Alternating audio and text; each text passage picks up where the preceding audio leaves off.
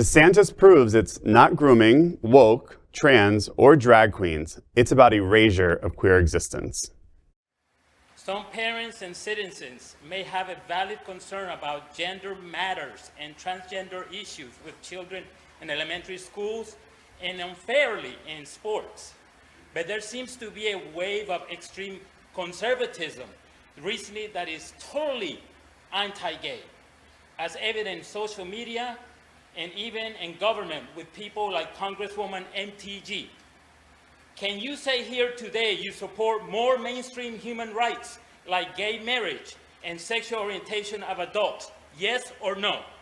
So there's a lot in that. I don't know where you're necessarily going, but look, what we've done with the schools is say, it's inappropriate to be having these students exposed to curriculum about things like transgender ideology. It's wrong for teachers to probe their sexuality, but that's just saying what's appropriate for education. And we want to focus on the basics. We want math, we want science, we want reading, we want writing, we want arithmetic, we want all those things. And that's really what, all that other stuff in terms of what people are saying, I don't know. I could just tell you what we're doing in the state of Florida. Yes, ma'am. A reporter recently asked Florida Governor Ron DeSantis if he supported more mainstream human rights like gay marriage and sexual orientation of adults, and DeSantis refused to give a yes or no answer. Instead, DeSantis gave a roundabout answer in which he defended Florida's law banning discussions of LGBTQ+ issues in public schools through 12th grade. DeSantis said, quote, "It is inappropriate to be having these students exposed to the curriculum about things like transgender ideology. It's wrong for teachers to probe their sexuality, but that's just saying what's appropriate for education, and we want to focus on the basics," end quote.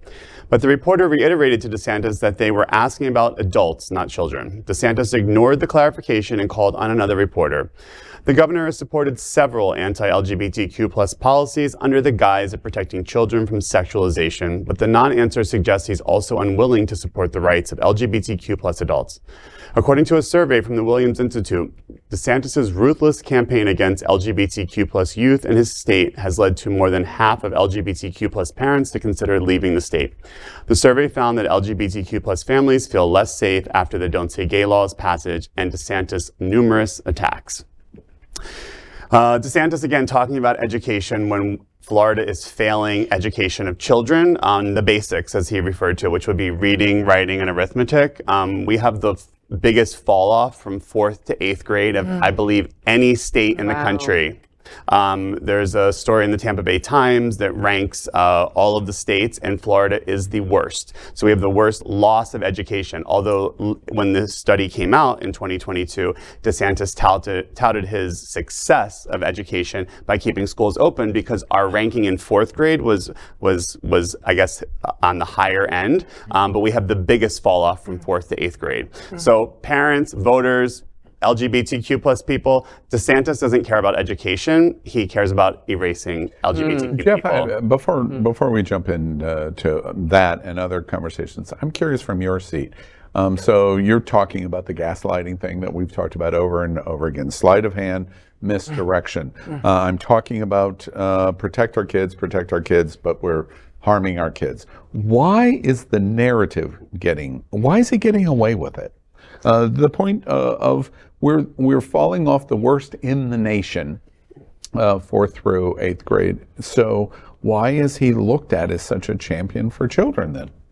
I mean, he got out in front of this story very early on, and he's created this, he basically is the creator of this parental rights in education. I mean, it picked up, it helped get the governor elected in Virginia, who kind of picked up on this, parental rights thing. So the parental rights is really Terry McAuliffe. Yes, because of it. Yes. So it's a very good marketing campaign. It's a great slogan, parental rights.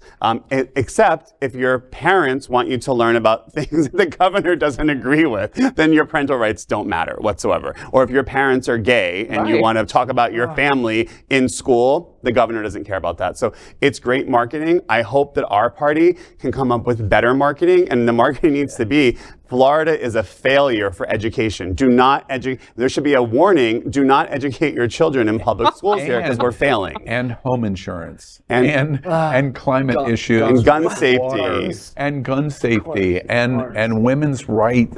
And just name. But just to Jeff's point, like that is, I'm really grateful that you said like the part of the thing has to be like to not educate people in Florida in public schools. They took care of that too, right? They kind of they're helping privatize everything by creating these voucher programs. Like that is, they thought this through, and they are very clearly thinking about not just the end of public education, but that is that Florida is not going to be the place where you are going to be educated. Like that's how you keep democracy at bay, right? Like this is to make sure that people are not educated, that they're not learning the things that encourage democratic exercises and principles. Like this is the danger. Has anyone seen the crystal ball? Jeff uses a word that I hate. I hope. This is not no hope 2008, here. and we're not in Chicago. We're not in Arkansas either. Right? Exactly. We're not in Arkansas. Does anybody see a path to be able to overcome someone that saw this faster than everyone else, got out in front of it, and has just marketed it in almost a genius way? I've used a rare combination of phrases, DeSantis and genius. Please forgive me.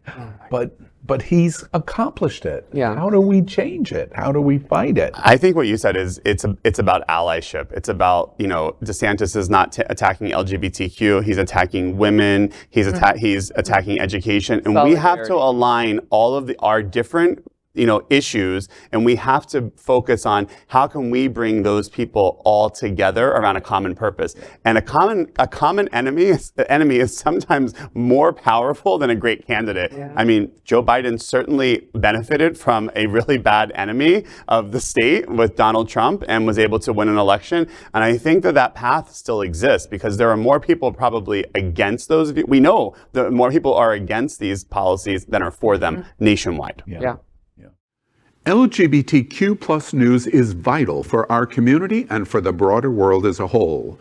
We have enough enemies at Fox News. Tucker, Sean, and Laura are loud. We need passionate allies. Happening Out Television Network, Queer News Tonight, and It's Happening Out are literally out of the closet and into the headlines. Our community needs your support. Like this broadcast and subscribe now to ensure the growth of the entire LGBTQ plus community.